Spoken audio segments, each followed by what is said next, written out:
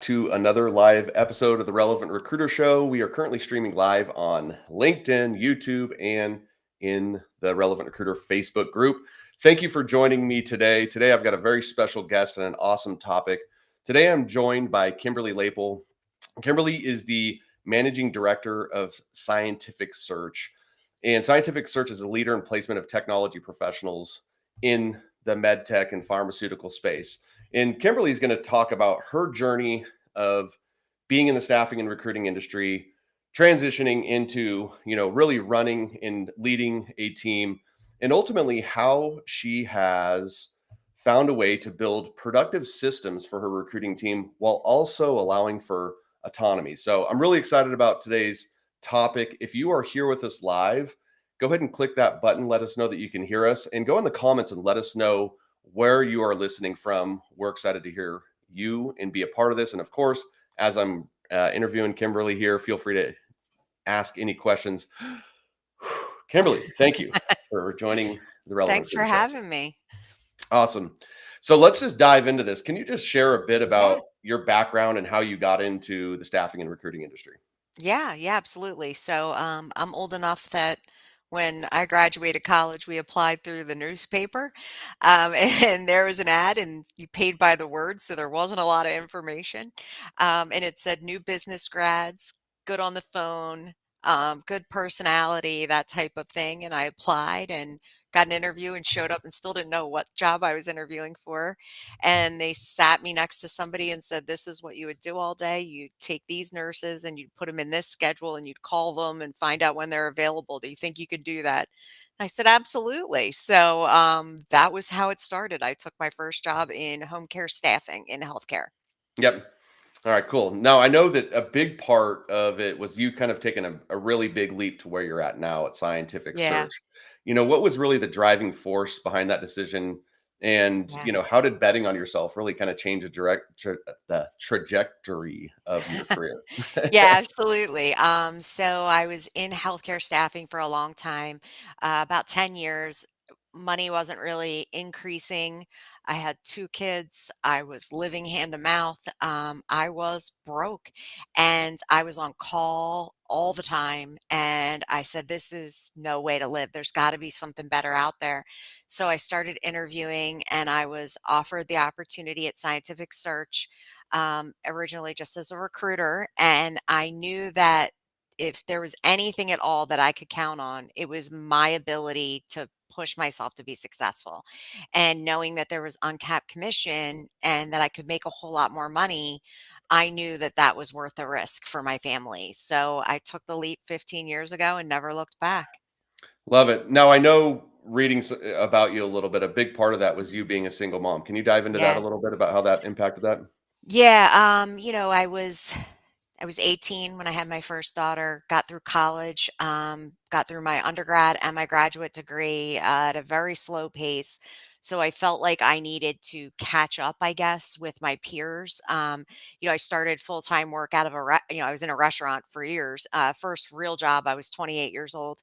And with little kids and being on call and knowing that I wanted to give them everything and show them that the harder you work, the more you can attain from whether it's success, whether it's a title, whatever those things are, but that the work ethic needed to be there to achieve what you needed to. I knew I could never work for just a paycheck. Yeah. So I wanted to show them that anything was possible, regardless of what your circumstances were, and that being a young mom wasn't going to dictate what my outcome of my life would be.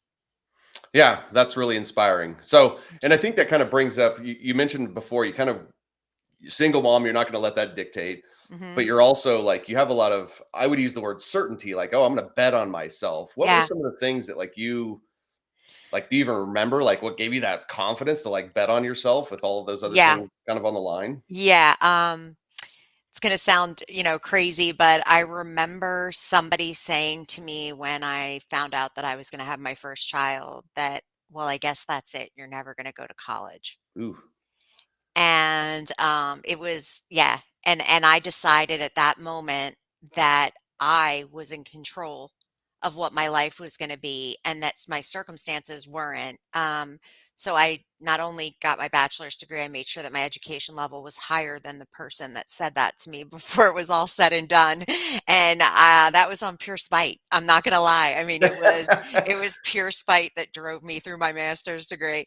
And I knew that there was things that could be done, especially from from a woman's perspective, that having children didn't mean that I couldn't have the other things that I had always dreamt of.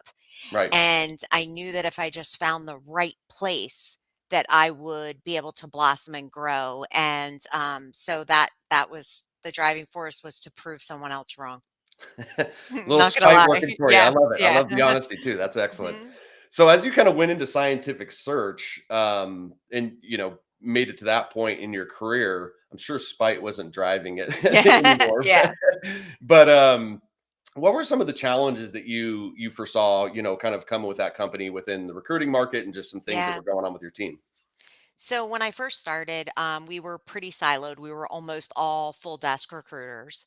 And initially, when I joined, I thought I knew what recruiting was from staffing. And when you staff nurses, especially back then, they didn't even have resumes. A lot of times they don't now. So I came in and I knew nothing, where I thought I was coming into a role where I would know something. I, absorbed like a sponge, learned everything I could from everybody. But at some point, there is a limit to what one person can do without process. So most of us were billing anywhere from 3 to 500, which is a fantastic biller. I mean, Oh there's yeah. nothing wrong with that. But I knew that something that I wanted to achieve in my career was, I wanted to be able to say I was $1 million biller. And I honestly, again, you'll see a theme here. Someone challenged me, and I decided that there was a possibility that that could happen, but I needed to work smarter.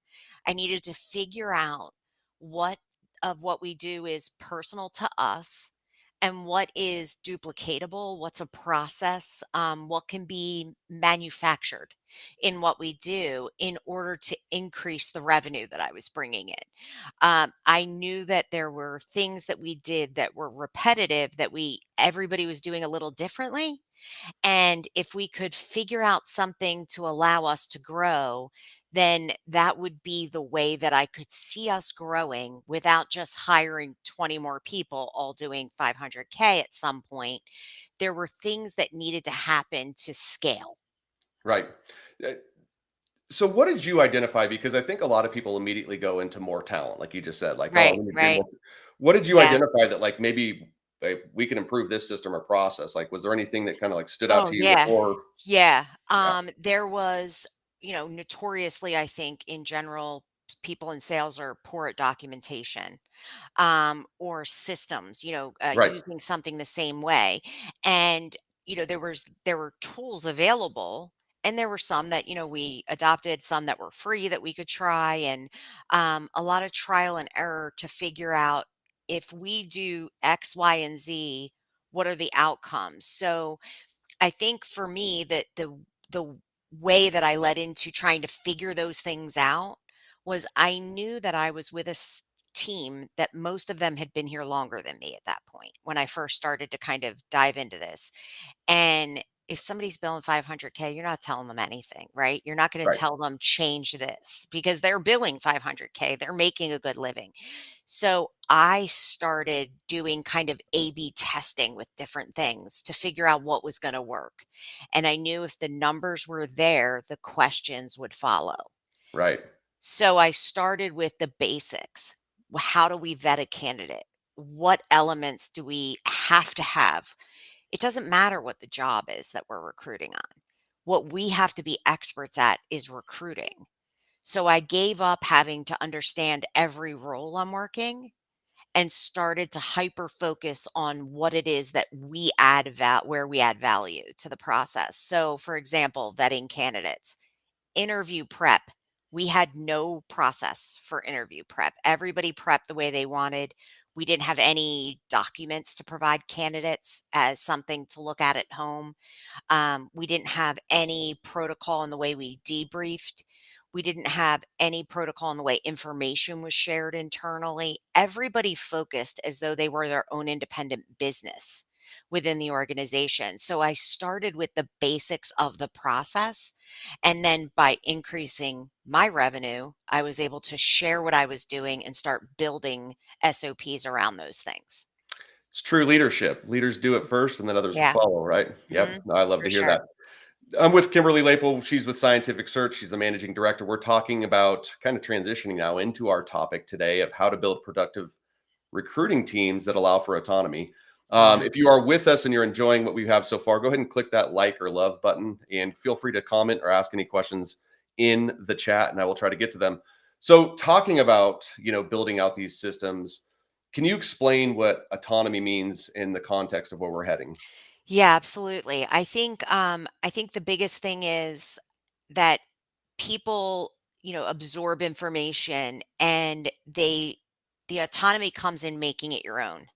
So when I say to a candidate, describe your perfect opportunity to me, the SOP or the process isn't around the wording in that question as much as the information that needs to be achieved. So if the autonomy comes in with making things your own, where it's like, I don't feel as though that's authentic to me. So I'm going to ask this question this way, but as long as I get that information, then the job is done. Or I don't feel comfortable prepping somebody the day of an interview. I think it needs to be, 48 hours before so I can go back in case they have questions. That's fine. But did you include the 4 documents that need to be included? Did you include the tips and tricks? Did you test teams with them? Those types of things are where the process is, but how you describe things to them, what order you go through those tips, that's where the autonomy comes into play and allows you to build authentic relationships regardless of who it is with the candidate that feels natural to who you are, because you can feel that through the phone. You can feel it in a meeting. And I don't want them all to just regurgitate the exact words I use, Right. but I want them to learn the reason behind the words and how that impacts the search. So I think the autonomy is in that. I would say a really big area for autonomy for us is understanding that one size didn't fit all. Right. Everybody came in before and recruited and did BD, and that was fine. But then I have a recruiter that's been with me for 5 years now. She's an amazing recruiter. She will never, ever do BD. She doesn't want to. And you know what? That's okay. Right. So it's not a one size fits all. She feeds me leads all the time because she knows that helps ensure her security, Right. right? And then she gets those jobs. But if I have to do BD all day to feed 4 amazing recruiters that don't want to do BD, then that's leadership. That's servantship. Then I'm Right. meeting them where they are. So the autonomy is in their career progression, doesn't have to follow one specific way. Their talk tracks don't all have to mimic one another. They don't have to start a search exactly in the same format. Do they have to check off things on a search sheet? Yes. Yeah. But Yeah. they can add their own flair to all of that. Well, I think it's a really great distinction there that you laid out, which is like, hey, we're going to go to the same place. Here's our final Right. destination's the same place, but Hmm. how we get there, we might take a couple of different paths. Right. And it sounds like that helps them be more comfortable and win more, Yeah. in their job. Absolutely. Yeah, that was the thing is, when you make people I met a woman at a conference recently and she had listened to a speaker and she said she tried to mimic him and thought she was going to just get out of the industry because she hated it so much. Right. And then she realized she could make it her own. And that's really where it comes down to is we're talking to people all day. If you can't be you in those conversations, everybody knows how awful it is to get that call from somebody, and you can feel the cheese from their salesy pitch through the phone. You Right. don't feel like they care anything about you. And how am I going to be good to a client if I'm not being who I am and sharing with them the things that I've learned and what I can bring to the table? That's where partnerships happen. And Yeah. that happens on the candidate side as well. So I think really meeting people where they are, adapting our training process per candidate, per new hire, Some people are good at tech, some people aren't. Right. The hardest people, honestly, to take through a process like this are people with experience that have Right. done it a different way and showing them what they can gain by something new. But as long as they can preserve the way that they handle their search, I think everybody is okay with it at the end. Yeah. Yeah. Now you mentioned already, like for example, like the interview prep process. Hmm. Like, what are some of the key processes you think that a Yeah. healthcare team or other recruiting agencies or search firms should implement? I think the most important thing is to look at the things that you do and look at what things don't get done consistently. And if you can figure out what doesn't get done consistently, you're going to figure out where the stopgap is, where a process can increase adaptability and success in using something. So, for example, we have an automation tool. Now, if I had to get all of my recruiters to do all of the prep work for that automation for each of their searches, it was never going to get done. So, but I knew if I gave them a Word doc and they just had to fill in, just check a couple things, and then it went to someone else that would do the part that they didn't want to do, that it would get done. So now for our automations, there's a Word doc that they fill in. They check off whether it's BD or whether it's for recruitment. They fill in their title, they fill in the job number, and then everything else is taken care of for them. They have a point person to send that to. There's maybe 4 people per point person. Right. And that person then runs the automation, takes care of all the behind the scenes stuff that is overwhelming to a recruiter. That's a salesperson. I mean, essentially, that's what we are. We want to be on the phone. We want to be doing what we love. We Right. don't want to be doing automations. We don't want to be playing in all these tools that we can't remember from day to day as we get older. So, by creating a process and making sure they had something to refer to, it made adaptability and engagement with that process incredibly high. Right. Now, again, looking at that, do I have a few people that don't do the automations consistently? Yes, but I'm also not going to beat them over the head for it. Right. I'm looking for 85 to 90% compliance in most things, and then I'll coach up the people that don't do the things to see if it's something that would benefit them. But at the end of the day, I'm not here to force everyone to do everything that I think they need to do. I'm here to provide a process that will allow them to scale and be more successful should they choose to increase their billing. Yep. Got it. And you mentioned kind of as a part of like building out the process, it's kind of like, yeah, look internally at your team. What are the Mhm. processes? What are the things that we want to improve? So that could be Yeah. the interview prep, that could be your sales process, could be your Yeah. sourcing, all of those things. Pretty much everything should have a process, really. Yes. Yeah, it should. Yeah. Absolutely. But you mentioned kind of technology, you mentioned automation. Like how much of technology and automation or just technology in general is a part of your processes and things like that?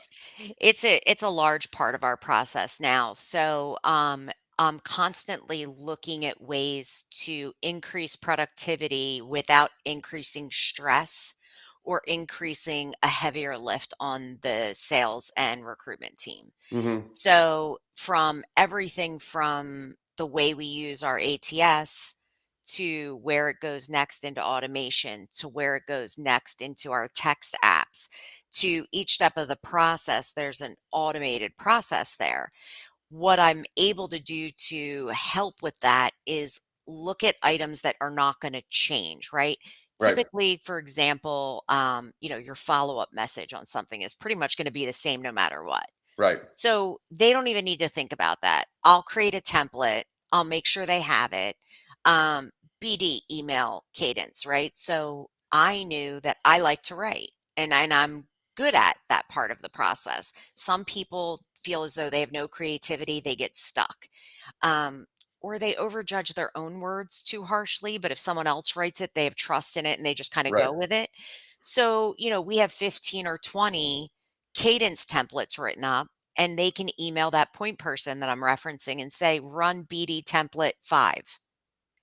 And they don't even have to look at it. They know it's going to be set up for them. So that's another area where the BD technology comes into play, or as far as technology and automation. But I mean, everything from the tools we use to look up information, I think one of the things that we've done recently that's helped a lot with the technology component of what we do, because it is, right? We are no longer straight salespeople, we're sales and marketing people.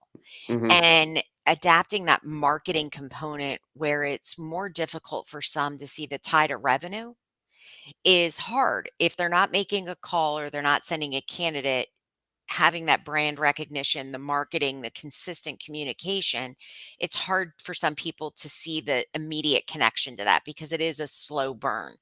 Right. So, one of the things we've done is create short little videos and created a video library so that any of the tech parts you can pull one piece of and watch a video while you have it up on your other screen. And also, then if you feel uncomfortable asking again, you don't have to. You can go directly to the library, pull a piece, review the tech at your own pace, at your own time, and walk through it step by step. And we create those in house. Yeah. That's impressive. That's an impressive training system that you guys are Thank building. you. And it's duplicatable. That's the thing is like Right. I think some people get into it and it's like, "Oh, what a heavy lift. Like I don't want to have to build all that." But Yeah. then once it's done, it's like you probably have to add a video as it's needed throughout Yep. some time. Yeah. Right? But then it's kind of set it and forget it for the rest of your employees and it creates. Correct. Yeah. No, I love it. I love it. Yeah. That's awesome. You mentioned early on that like you really kind of started this push with like your own Mhm. action. You're like, all right, cool. I'm gonna Yeah. go build these systems. I'm gonna improve myself so everybody kind of follows along. Yeah. But there's also, probably a lot of mistakes, failures, so to speak, along the Yeah. way. Like, Mhm. what are some of the pitfalls that people, should look out for, maybe that you've found when they're trying to build out a system and things like that? Yeah, I think, the most important thing is don't be married to anything. Go into it expecting to throw half of what you try in the trash, Hmm. right? And do it quickly.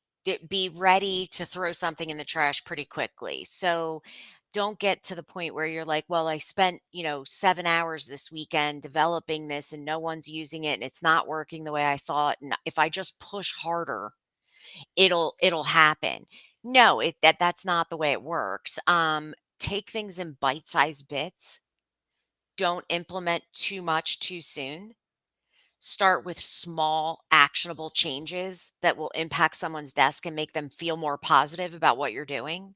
So, something as small as interview prep, start with that. Start with having a document for video prep, a PDF for such an, and make them things that the recruiters will be proud of. Take a few extra minutes to take it from a Word doc to using a free version of Canva and putting some graphics behind it and making it represent them in a way that they're proud to share the product Right. with their, candidates or clients, and start small and let them get comfortable with one thing. Then add the next. Too much change too fast is a recipe for disaster, and you're going to have mutiny on your hands. No one's going to do anything. They're Yeah. just going to ignore everything that you're teaching them. Yep. Yep. Now, how do you, with that part of it right there, of like getting out of the mutiny, getting everybody Mhm. working Yeah, against this new system, and then people that are just kind of listening, right now that are right, like, "Gosh, I've been running the recruiting business.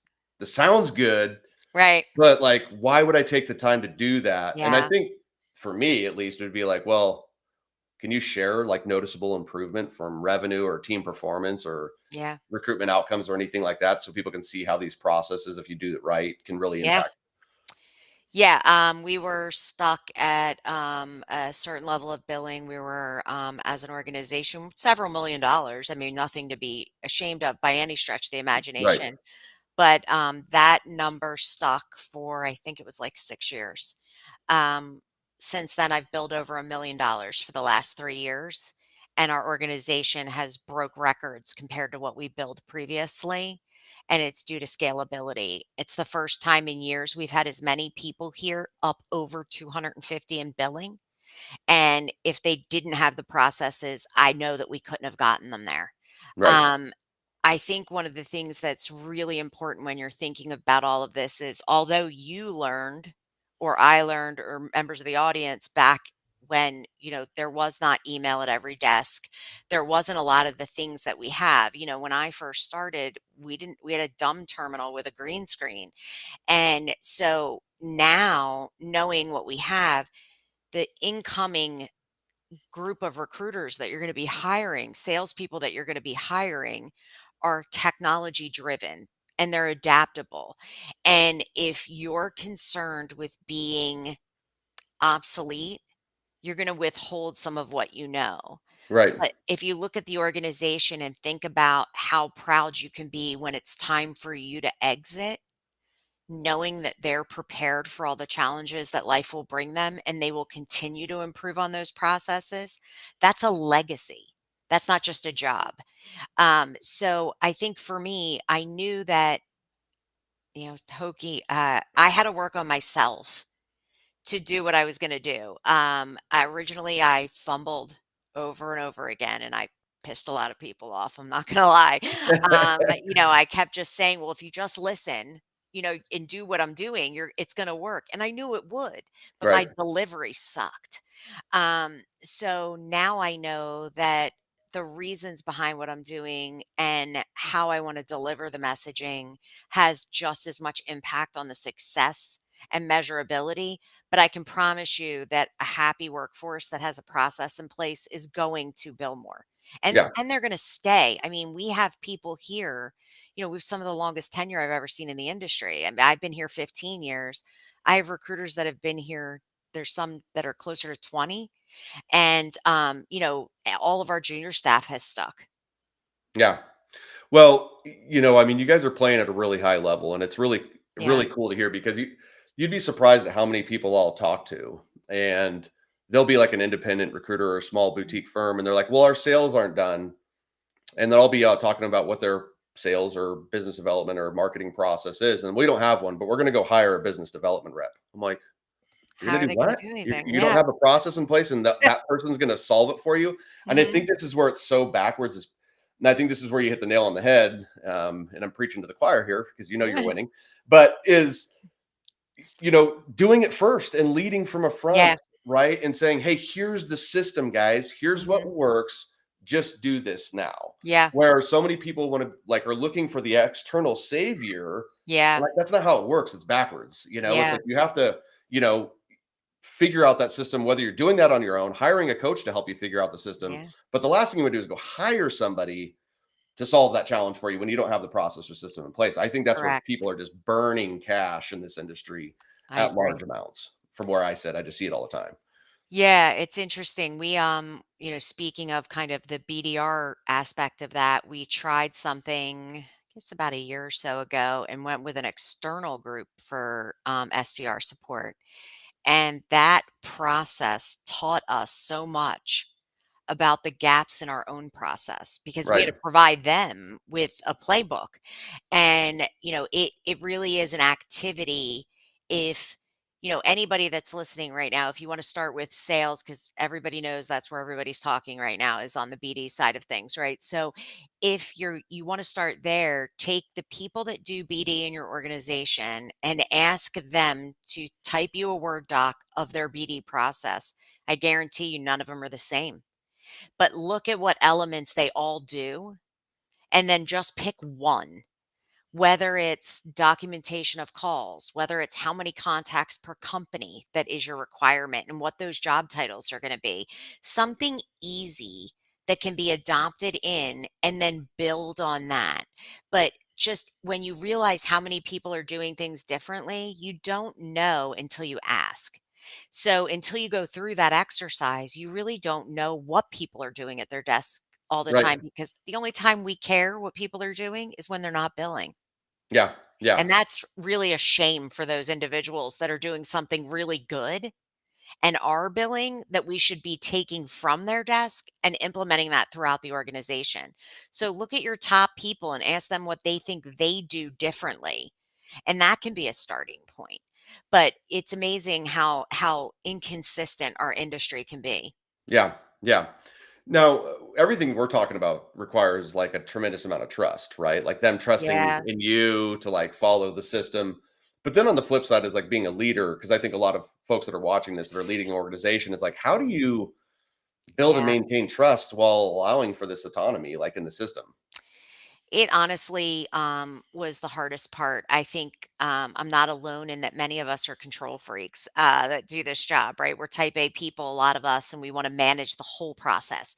If anybody else touches anything or does anything, it's superstitious, they're gonna ruin my deal. Right. So, identifying, just like I mentioned in the bit size pieces, I had to identify some small areas that I knew I could let go of to allow for me to even do any of this, right? Because I couldn't keep billing 500 and do all of this and bill a million. So obviously delegation was part of my process in getting there. So I started small. It was very, very difficult. I started with having a support person call candidates for availability. And that one thing gave me, night terrors, just that they were gonna give me the wrong time zone, the wrong phone number, whatever it was gonna be, and they did. Yep. And you have to be okay with knowing that 2 people can do the same activity and get the same result and do it differently. They are not you, and you have Hmm. to trust that in those times where they make mistakes is where they're learning the most. So to answer the question, I you know, gritted my teeth and bared it. I gave small activities to people. One of the things I think that has been very valuable to build a team approach and develop trust among all members is I started relying on the recruiters to help one another and allow them to build a community where they felt confident in one another. So if one recruiter worked 3 jobs for a client and another recruiter was getting the fourth job, that first recruiter prepped that other recruiter on what the client likes. I didn't. Right. And honestly, they know more now. I have to ask them, hey, how long does this person like their interview to be? Or do they prefer mornings or afternoon? Like they know the clients. I know the person I have the relationship with, but the process at each company, they know better than I do half the time. Right. And it has allowed me to um to be free from a lot of things that took up time that were not needed. But it is something that I highly recommend you do alongside therapy because giving up control is not easy. But you got to work through some of Uh, those things with somebody and figure out why you're so concerned about them. that's so funny. The whole therapy thing makes me laugh because I was literally going to go. My next question to you is like, well, what's the advice you'd give to somebody who's a That's control it. freak that needs to relinquish it? Therapy. Okay. And not only therapy, therapy on Mondays. Yeah. I believe that that's what helps me through the week. I am an avid proponent on self-development, self-reflection, and self-accountability.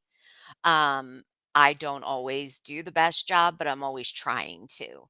And I do believe that my staff knows that even when I'm short, even when I don't handle something the best, that it all comes from the right place because they've seen that in action for a very long time. Right. Um, the other piece of advice I would have for everyone is to make sure that your staff knows that you have their back. There are going to be times where they are going to need you to defend them to a client or a candidate, and it needs to happen because they need to know that you're going to stand next to them or behind them to hold them up when times are tough if you want them to give you that same respect.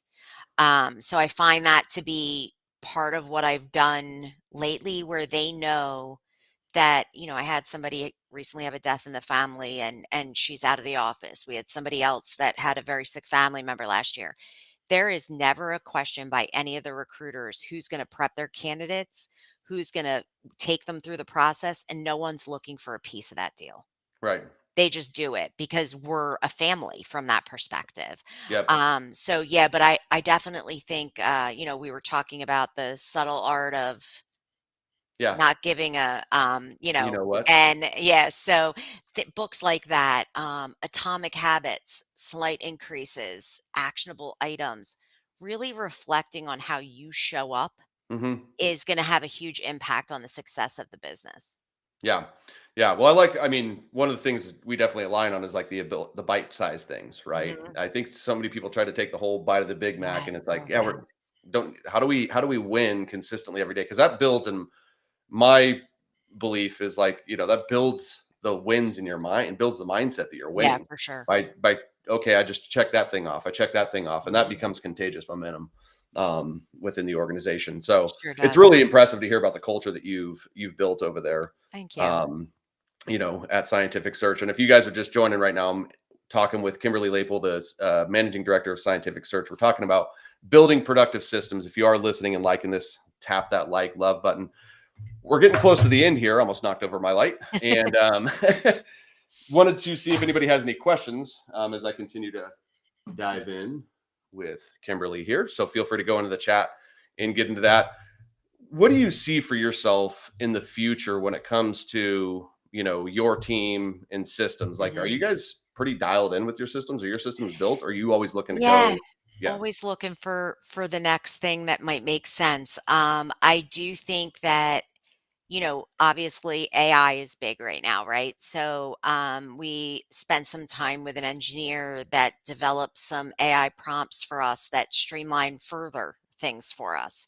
I'm working with them on the order of process. How do I make your job easier? Is this work? Try this out.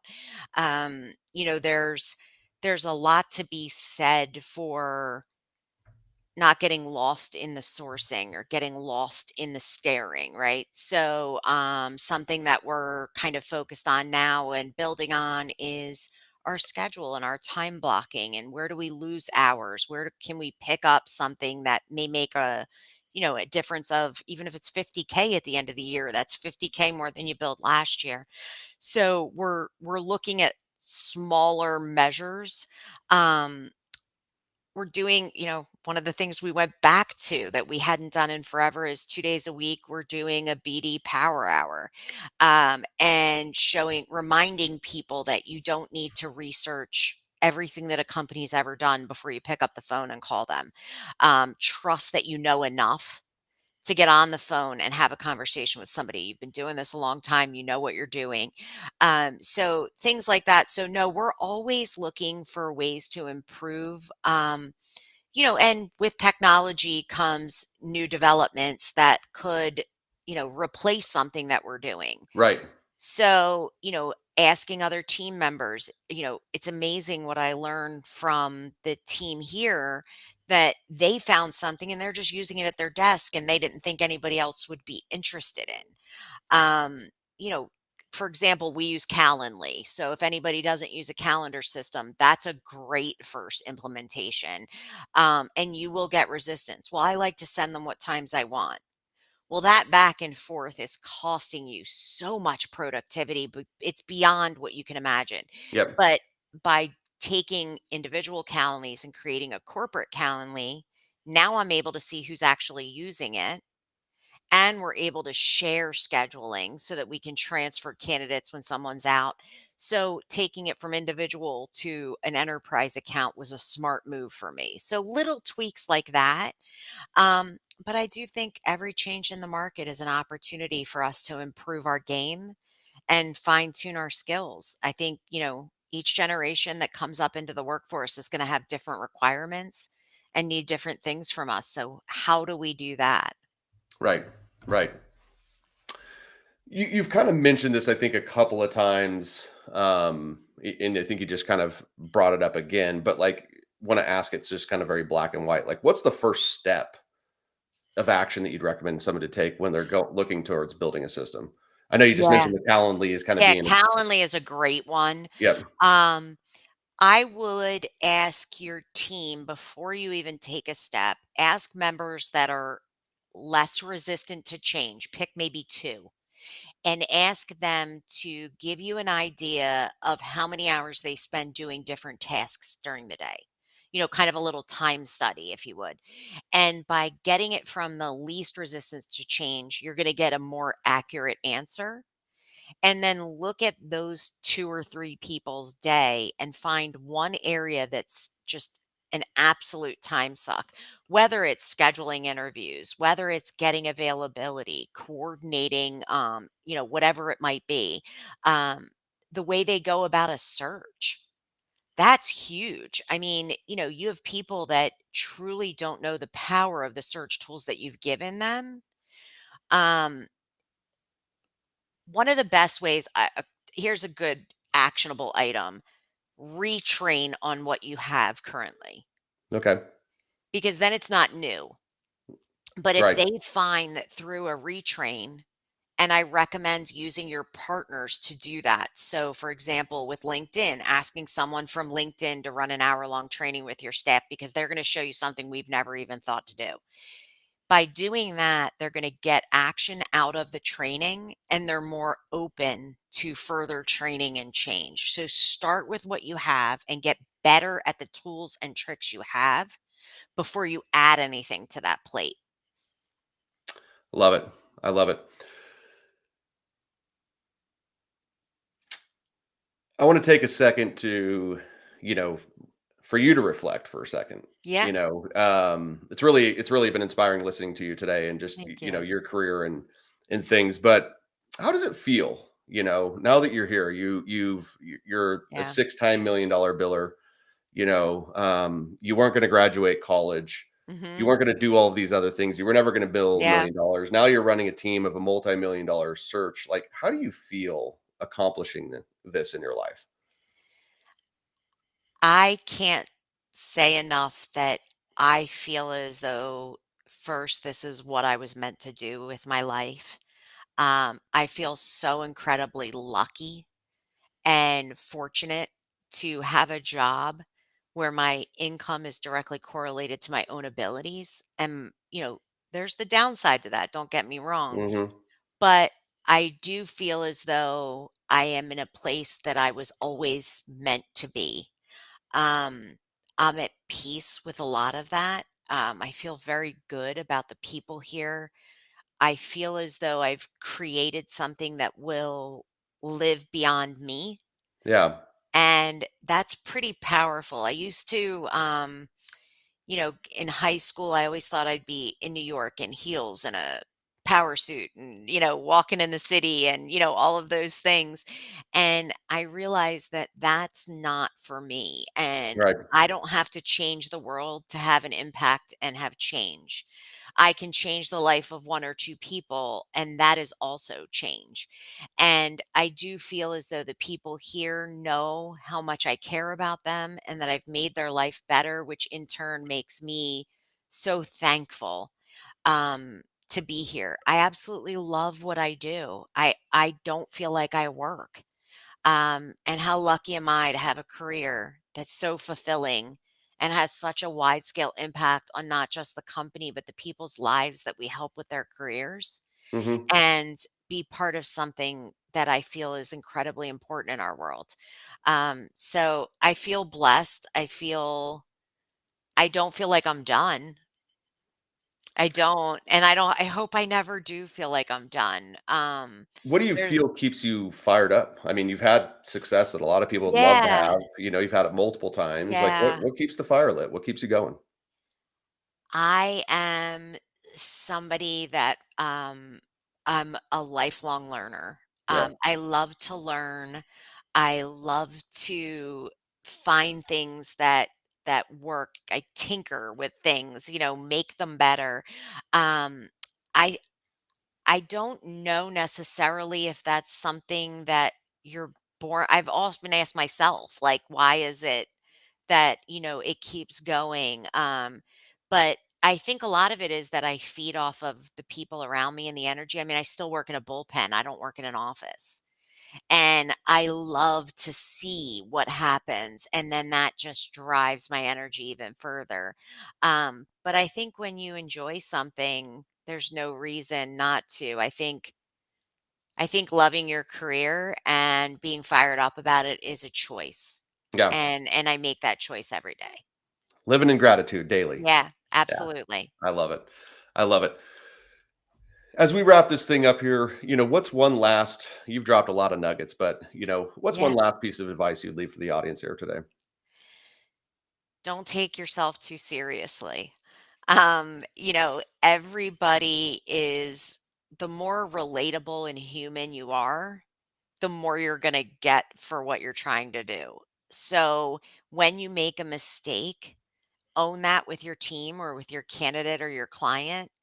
Don't, sugarcoat it. I screwed up. I'm sorry. And if you're open and honest, your team will be open and honest, and there'll be a level of transparency that allows for things to happen that can't in an organization where people are afraid or where people can't relax. Still that is probably my biggest work in progress, because when the pressure's on, I can be a little tough. So I try really hard to remember that, a bad day is not a bad life. Right. And, we've gotten through, to sound like a quote book, we've gotten through every bad day so far. So, just don't take yourself too seriously, but do take seriously that you have a responsibility to the people that you employ to make their lives as good as possible if you want them to give you that. People wonder why people aren't dedicated anymore, and that really is a leadership issue, not your employee's issue, in my opinion. Yeah. Well, they have to have a reason to, light their Yeah, fire, right? yeah, Yeah. absolutely. Excellent. Kimberly, this was awesome. Thank you so Thank you so much much. for hanging here with me today. If you guys are Yeah. still with us, go in the comments and give Kimberly some love for just dropping, what is it, about 45 minutes of just straight value bombs. So thank you so much. Thank Tap that you. like and love button so more people can see this video. We will be back next week with another live episode. My partner Alexis and I will be talking about something to do with personal branding and marketing. I'm not sure what the topic is yet, but we'll be back. I'll be there. Kimberly, can you let everybody know where can they find you? What would be the best way for them to Yeah, learn more absolutely. about you? Connect with me on LinkedIn. That's the best way to go. I've been on several podcasts. I think most of those are tagged on my LinkedIn, but I'll make sure I get them on there if not. So you're welcome to connect with me. I welcome any questions, comments. Happy to make some time to speak with some people. Feel free to reach out. I do respond to messages, even if it's an in mail. If we're not connected, I will get back to you. Excellent. Thank you very much, Kimberly. Awesome. Everybody go Thank you connect with so much. Kimberly. Keep her in your world. And this podcast will be on my YouTube channel if you didn't get a chance to view the whole thing, and it will be on my podcast, Apple, Spotify, etc., within the next couple of days for you guys to listen to again if you want. But until the next time, we'll see everybody next week. Kimberly, thanks again for Thank joining me. you. Thanks so much.